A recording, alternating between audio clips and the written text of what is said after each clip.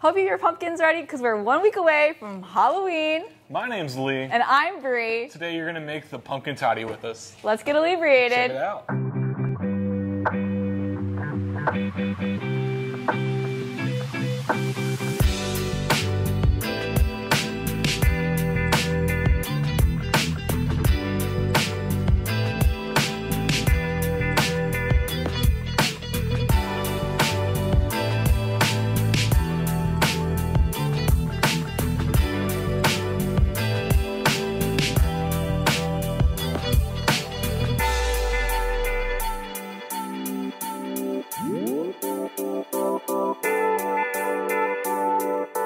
That's how you make the pumpkin toddy.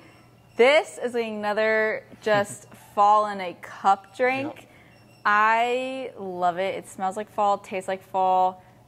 All the ingredients combined just really work really well together, and it just tastes so good. Like a cold night, sitting by a campfire, Yeah. I can sip this for sure. So why don't you tell us about it? So yeah, it's a pretty easy drink.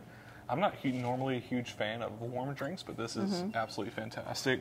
And what I love is that we put a little anise star on top of there, and you know, depending on how hot your water is, it should start infusing in there. So it should kind of, as you're drinking it, get a little more of that anise flavor in there. Totally optional. You throw a cinnamon stick in there, throw something else in there if you want, but what really shines in this drink is the lemon.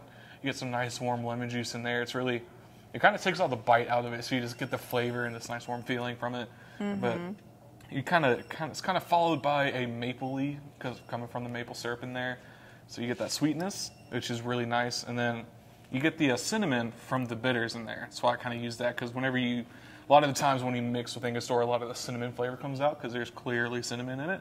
So you get the cinnamon in there, and of course the spiced rum that has the cinnamon there as well.